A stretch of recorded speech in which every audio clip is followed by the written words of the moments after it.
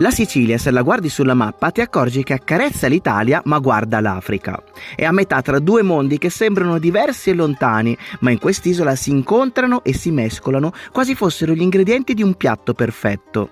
Oggi a bordo del cubetto arriviamo proprio nel punto più occidentale della Sicilia, un tratto di costa così vicino alla Tunisia da farti sentire catapultato in un altro paese. O meglio, in tanti altri paesi. In pochi chilometri ce ne succedono di ogni. Ci perdiamo in una medina, ci rendiamo conto di quanto possa essere salata la Sicilia e ci sciogliamo in una città che mi suona molto familiare. Comunque mi ha intrippato un sacco. E chi l'avrebbe mai detto che in questo pezzettino di terra, a metà tra l'Europa e l'Africa, avremmo vissuto esperienze del genere?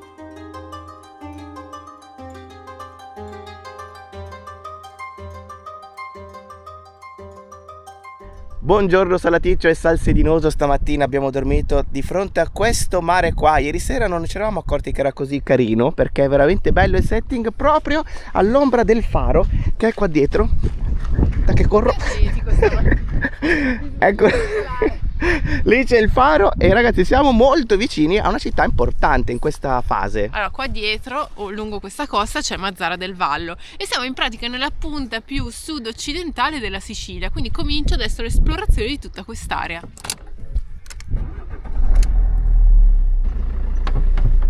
Abbiamo parcheggiato a pochi passi dal centro, da quella parte, e già ragazzi si respira un'aria un po' diversa. C'è il signore che vende le angurie direttamente dalla sua Panda e qui di fronte abbiamo il porto, che tra l'altro è uno dei porti più importanti d'Italia. Qui a Mazara ci sono più di 400 grandi pescherecci d'altura e 4.000 persone sono proprio impiegate nella pesca, e questo dal punto di vista proprio della pesca è considerato il più grande porto d'Italia. Stiamo entrando adesso ragazzi nella casba di Mazara del Vallo. Allora, so che sembra stranissimo sentir parlare di casba in Sicilia, ma il centro storico di Mazara del Vallo è proprio uno dei pochissimi esempi rimasti in tutta Italia di architettura araba.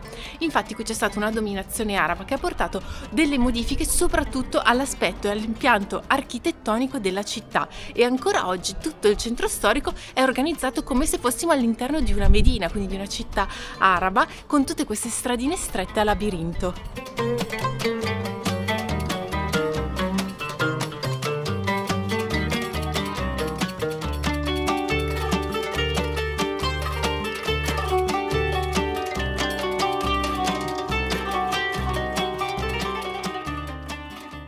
siamo un po' persi tra le vie di Mazara, ragazzi, siamo capitati in questa piazzetta di fronte a questa chiesa che subito ci è sembrata particolarissima. Intanto il signore sta partendo con la Vespina.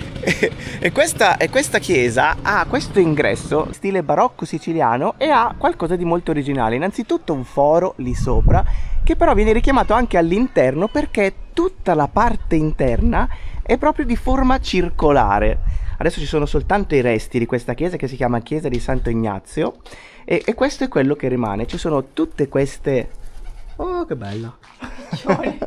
Ci sono tutte queste colonne che sorreggevano anticamente una cupola. Questa è la prima piazza che vediamo, è piazza Plebiscito, ma già da sola ha un sacco di edifici che attirano tantissimo l'attenzione. Dopo la chiesa che abbiamo visto c'è questo che è il Collegio dei Gesuiti. Già la facciata vale tutto, cioè questa entrata così attorno al portone con queste statue che sembrano quasi fatte di sabbia per il colore che hanno, e all'interno c'è una mostra di Mazara in miniatura, quindi direi andiamo a dare un'occhiata.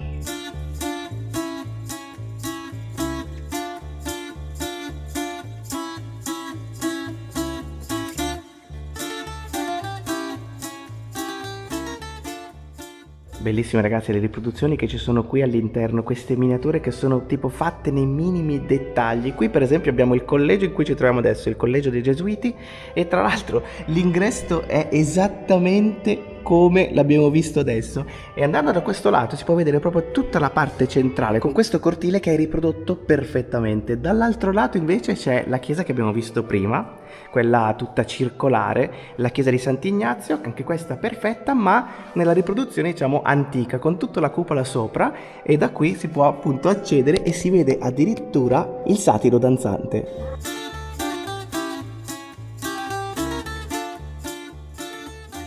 E Quindi proprio davanti al Museo delle Miniature c'è il museo che ospita la statua vera e propria del satiro danzante, che è questa statua che rappresenta questa figura mitologica di personaggio che vive all'interno della natura, è proprio la personificazione della natura, e questa statua, che appartiene al IV-III secolo a.C., è stata ritrovata da dei pescatori nel mare. Mentre stavano pescando hanno tirato su anche questa statua, che è conservata all'interno di questo museo. La parte molto interessante è anche la struttura proprio del museo, perché si vede un'architettura molto diversa da quella che abbiamo visto fino adesso, quindi con questa cupola che è richiamata anche nell'edificio accanto.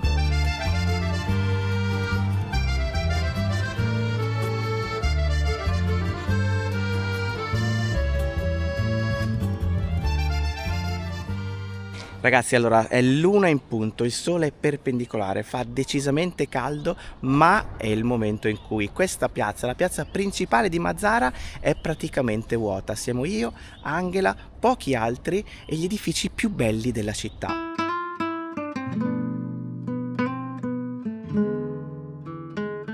La luce adesso è anche accecante, infatti non riesco a tenere gli occhi aperti perché si riflette su questa parte della piazza, e questa piazza è diversa nello stile da quello che abbiamo visto fino adesso. Abbiamo parlato del periodo musulmano che ha vissuto questa città, sono stati 3 secoli in cui ha vissuto un momento fiorente per quanto riguarda la cultura e l'arte. Poi sono arrivati i Normanni e hanno deciso di fare quella che è stata proprio la cacciata dell'Islam dalla Sicilia. Sono partiti proprio da qui, da Mazara del Vallo, e hanno deciso di costruire alcuni edifici come la cattedrale che si trova alle mie spalle, che è proprio la cattedrale centrale, diciamo, il luogo di culto principale qui a Mazara del Vallo.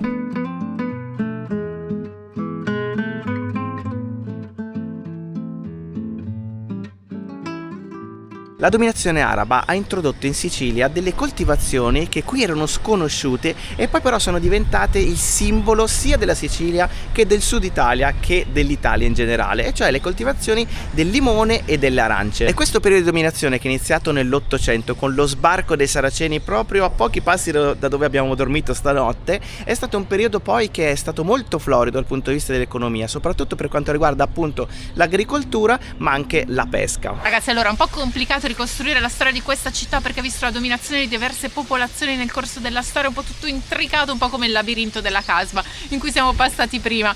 Questo alle mie spalle è quello che resta di quello che era il castello normanno, che è stato costruito appunto nell'anno 1000, quando sono arrivati i Normanni in questa terra, e hanno costruito, oltre appunto alle chiese che abbiamo visto prima, anche tutta una cinta di mura che racchiudeva tutta la città e la proteggeva quindi dal mare, perché era costruita in questa zona. Dietro c'è proprio la costa e il mare, e davanti invece adesso parte tutto il corso con la passeggiata. Questa storia complessa di cui abbiamo parlato è legata principalmente alla posizione geografica proprio di Mazara del Vallo, perché siamo nella punta della Sicilia più vicina alla Tunisia, quindi ovviamente influenza dal Nord Africa, ma anche punto di passaggio sulle rotte marittime commerciali. Quindi questo ha fatto sì che la città si arricchisse di tutta questa multiculturalità e questo passaggio, e ancora oggi c'è una nutrita comunità tunisina che vive proprio a Mazara del Vallo, è impiegata principalmente sui pescherecci.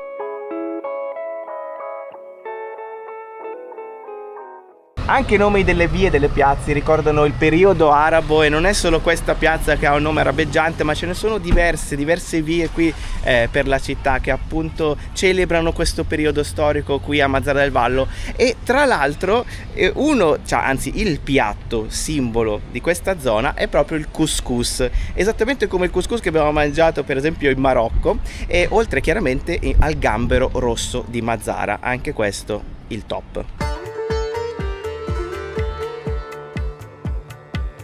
Comunque camminare per queste strade, ragazzi, è proprio un'esperienza, quasi non sembra di essere in Italia per quanto ci sono questi dettagli, proprio anche il colore, questo colore che si ritrova tantissimo in città, ti fa un attimo fare un viaggio anche fuori dall'Italia.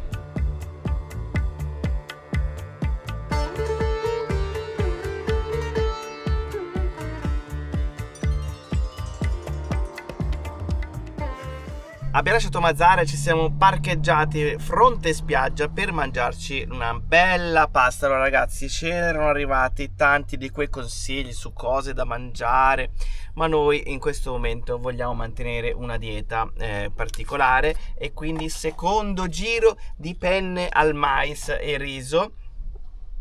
al posto degli arancini, al posto delle pizzettine, al posto di tante cose. Va bene così, va bene così. La tua faccia dice un'altra cosa, ma va bene così lo stesso. Ci sono le fasi, è giusto che sia così. D'altronde, ecco, immagino che chi vive in Sicilia non è che vada tutti i giorni a mangiarsi tutte ste robe, se no... Ecco, esatto. Quindi anche noi dobbiamo seguire questa cosa, visto che, insomma, siamo qui da un po' ormai, è giusto che sia così, purtroppo. Allora ragazzi, io ero un po' scettico su questa pasta senza glutine al mais, ma devo dire la verità, è gustosa, è buona, ha anche un sapore in più. Chiaramente la consistenza è leggermente diversa, un pochino più durina, ma rimane comunque al dente, quindi quel durino al dente che a me piace. E devo dire, se vuol dire questo, mangiare la pasta senza glutine, ci sta tutta la vita. Ci sta.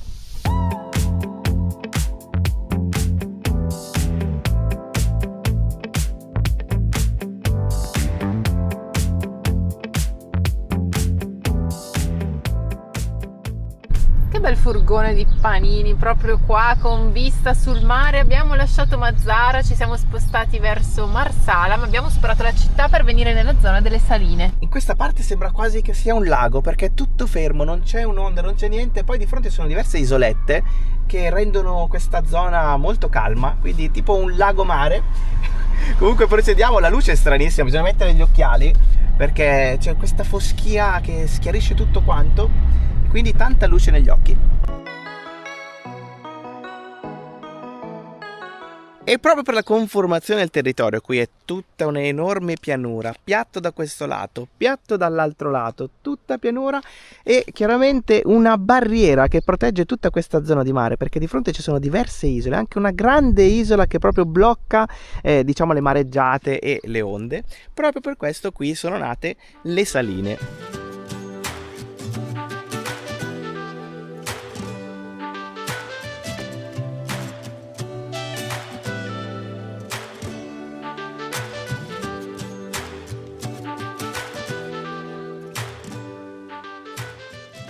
Queste saline sono diventate proprio il simbolo di tutta questa zona. Come funziona proprio in modo semplice?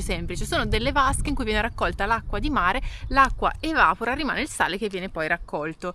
Però la caratteristica di queste saline sono i mulini che si vedono, che compaiono qua e là.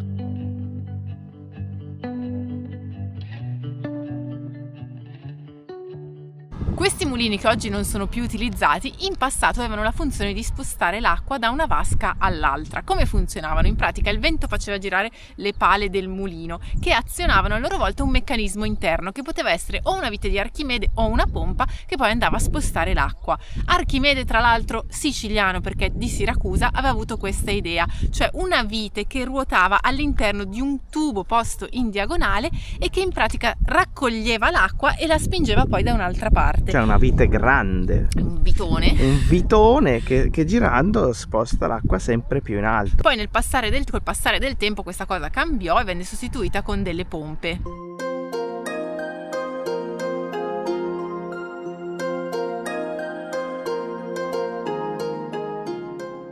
E perché c'è questo bisogno di spostare l'acqua? Innanzitutto chiaramente per portarla dal mare alla prima vasca. La prima vasca di questo processo si chiama vasca di evaporazione, dove l'acqua viene lasciata a evaporare. Praticamente evaporando diventa sempre più concentrata e quindi l'acqua, quando è concentrata, viene spostata in altre vasche che si chiamano vasche di concentrazione. Qui ancora l'acqua viene lasciata sempre a evaporare sempre di più e poi viene spostata nelle ultime vasche, cioè le vasche di cristallizzazione. Ma ragazzi, l'argomento comunque mi ha intrippato un sacco, anche perché non è la prima volta che vediamo delle saline, è successo anche in altre parti del mondo e in altri casi non abbiamo approfondito tantissimo l'argomento. Comunque ci sono posti diversi da questo dove il territorio è meno pianeggiante e più montagnoso, in cui chiaramente c'è sempre la fase delle pompe che portano l'acqua in alto invece nelle vasche che si trovano più in alto, e poi invece con la gravità l'acqua viene fatta scendere nelle vasche più basse, quindi in quel caso è un sistema leggermente diverso. Abbiamo appena scoperto che non c'è la possibilità di accedere liberamente alle saline, si può accedere soltanto con un tour guidato in cui comunque non si è liberi di girare all'interno delle saline, e questo tour costa 15 euro a persona, quindi noi abbiamo deciso di non farlo.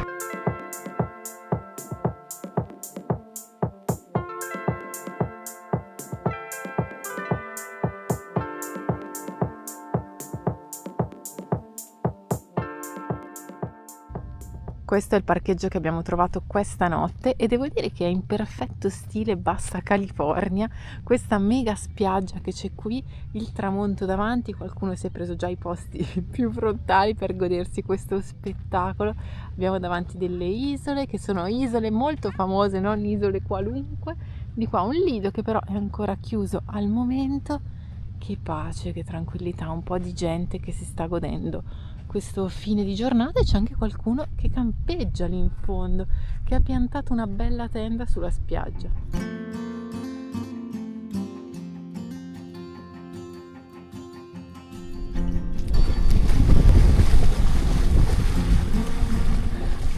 È lunga la corsa stamattina. Ci siamo fatti un bagno rinfrescante, ma adesso stiamo scappando. Stiamo scappando, ragazzi, perché è pieno di insettini minuscoli, impercettibili che ti pizzicano tantissimo, sì, non li vedi neanche così, vedi tutte le polverine bianche che volano, sono questi insettini, è pienissimo, oddio, è caduto tutto dietro.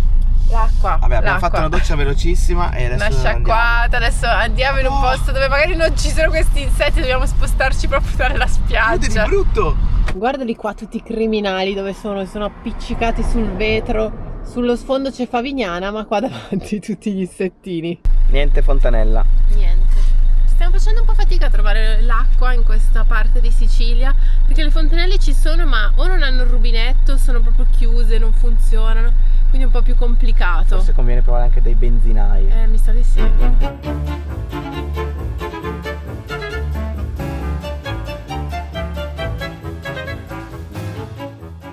Qui appena fuori dal cantiere navale si vende il tonno rosso, così da questi baracchini a lato della strada, ce n'è uno qui e uno un poco più avanti. Noi siamo arrivati adesso a Trapani.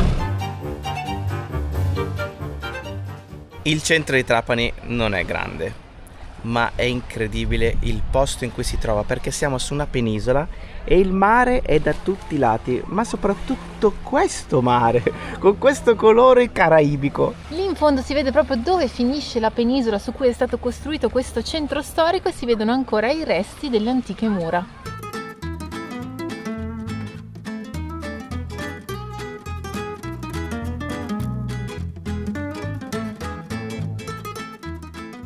Questo bellissimo colonnato è il luogo dove fino a qualche anno fa si svolgeva il mercato del pesce di Trapani, c'è il mare proprio lì dietro ed è facilissimo immaginarsi tutto il vociare dei venditori, i pescatori che vengono qui a consegnare il pesce la mattina presto. C'è ancora il mercato del pesce a Trapani, ma l'hanno spostato perché comunque questa città basa buona parte della sua economia proprio sulla pesca.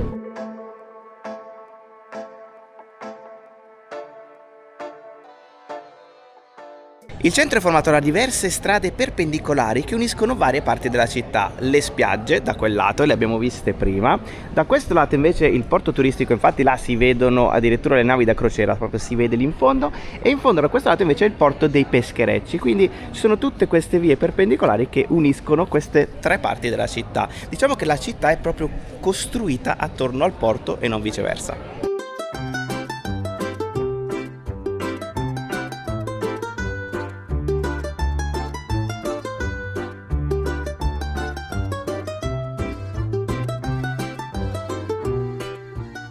Colonne, arzigogoli vari, statue, balconi, anche il centro storico di Trapani è caratterizzato dallo stile barocco che abbiamo già visto in altre città, ma pensate che in origine Trapani nasceva su un'isola che era collegata alla terra paludosa tramite un canale navigabile e nasceva come porto di Erice, che è una cittadina che si trova in realtà sulla cima di un monte qua dietro e da lì domina tutta appunto quest'area.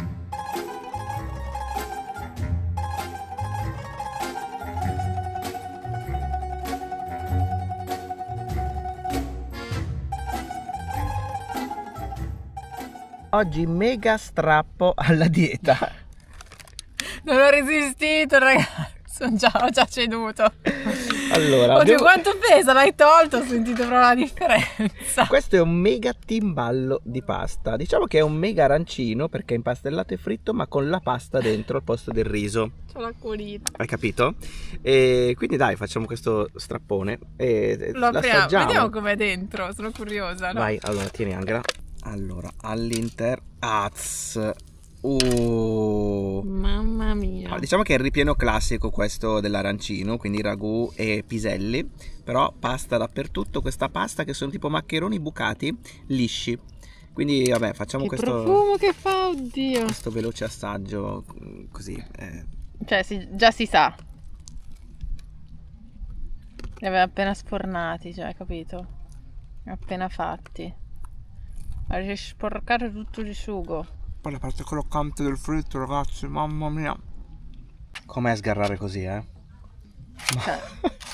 Varrà tutta la pena di questa cosa. Praticamente è una pasta praticamente da passeggio. Sì, esatto. Perché è una bella pasta con ragù. Pasta al forno chiusa. che ti porti in giro nella palla. Perfetta. E ragazzi, è pesantissima.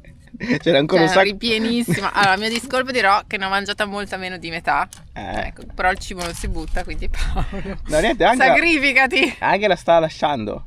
Che senso? Dai, no. No, io non ce la posso fare. No. Vabbè, adesso vediamo cosa farci.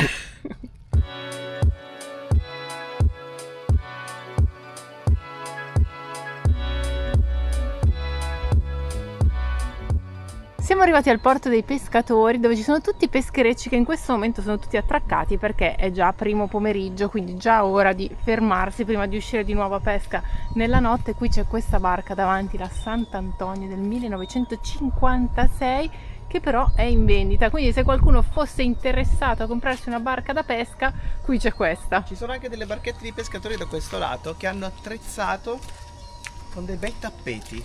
Belle cose, guarda, qua da vicino si vede benissimo. Mancava così poco per avere l'ombra, mancava pochissimo, invece no. Il cubotto tutto al sole, si è cotto, il cubotto si è cotto. Caldo? Sono già bollite le patate oggi, in pratica. La cosa positiva è che in 2 ore sono asciugati i vestiti. Stiamo lasciando adesso il mare di Trapani per dirigerci verso Erice, che è da qualche parte là sopra, e quindi dobbiamo salire su questa montagna. Abbiamo già visto la strada sul navigatore, sarà un bello zigzag.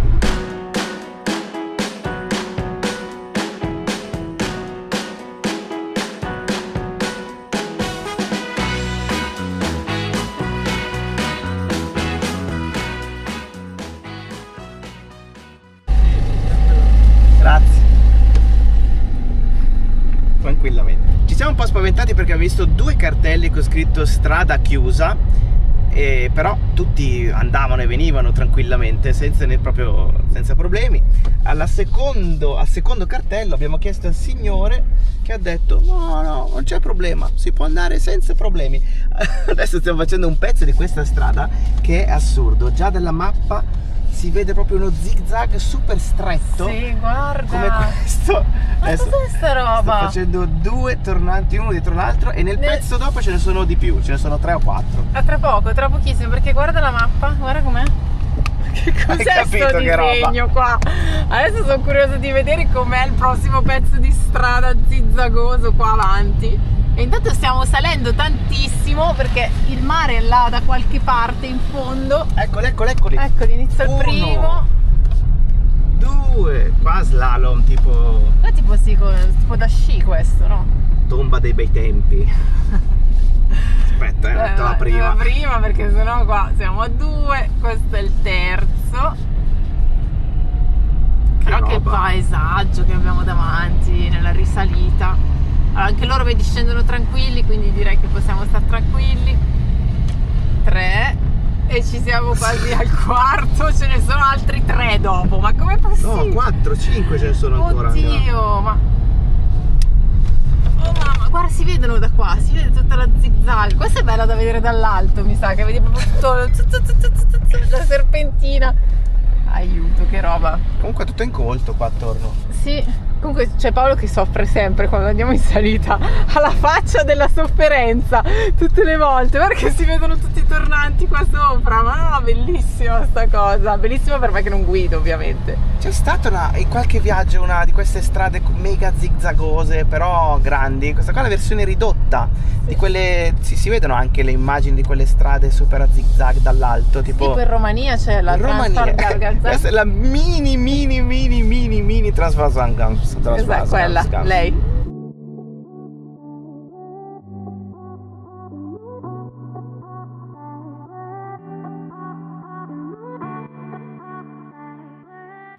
Lasciamo la cubetta qui nel bosco e noi intanto ci spostiamo verso l'entrata di Erice, il paesino. Cubetta. Così mi è venuto che era cubetta oggi. Oggi mi è venuta così. Ma dal sorriso sì, secondo me sì, c'è un bel pochino sorriso. sì, c'è il sorrisino furbetto, la nostra cubetta. Sì.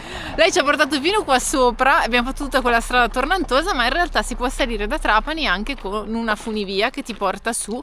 Ma noi abbiamo deciso di dormire qui, quindi... Oh yes, dormiamo qua, proprio qua sotto Qua le piante, sotto. al fresco stasera, ragazzi. Oggi è ufficialmente il giorno più caldo perché abbiamo raggiunto i 30 gradi tranquillamente. La cubetta i 28, però erano 30, ragazzi, erano 30 oggi. Li ho percepiti anche di più, li direi. percepisco anche io, ci percepisco i 40. Sì, quindi, tu vabbè. sì, ma perché tu c'hai questo problema anche col caldo proprio. Comunque adesso andiamo Ecco. verso l'entrata, sono 300 metri scarsi. Da qui parte la cabinovia che scende fino a Trapani. Questi sono i prezzi dei biglietti se siete interessati a fare questa cosa.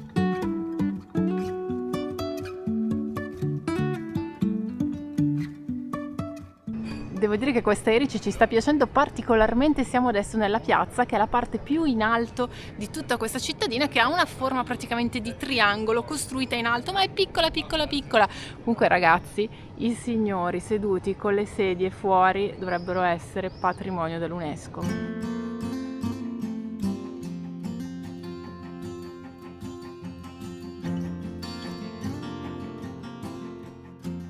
Tutto il paese è costruito con questa pietra grigia, non soltanto tutte le abitazioni e i monumenti, ma anche per terra, quindi è tutto lastricato di queste pietre e bisogna fare attenzione perché si scivolicchia, quindi qua quando piove mi sa che è come ad Assisi, quando ci è capitata la pioggia, uno dei primi giorni di questo viaggio, insomma non si riusciva a stare in piedi con tutta quell'acqua.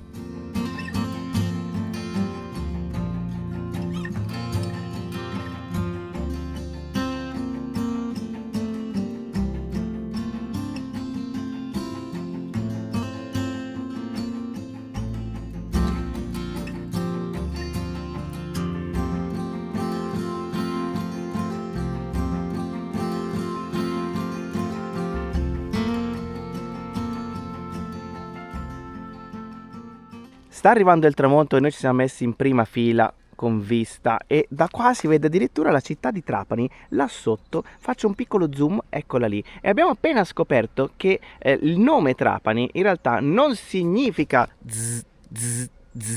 cioè quello del Black & Decker, non è quella cosa lì, anzi significa falce, perché in antico greco, in greco antico, Angela lo sa bene, l'ha studiato per anni. Drepanon, mai studiato greco, comunque drepanon significa falce perché richiama Falce. la forma che ha la baia là sotto, quindi una specie di mezzaluna. Comunque è un attrezzo per lavorare, insomma, o si girano le viti o comunque si taglia l'erba, comunque è un attrezzo. Il collegamento è quello. C'è il collegamento. Vabbè. Sicuramente, per questo poi secondo me è stato poi italianizzato comunque con un altro attrezzo da lavoro. Cioè, Questa è la tua teoria. Credo che sia, la teoria credo di che Paolo. sia così. Va bene.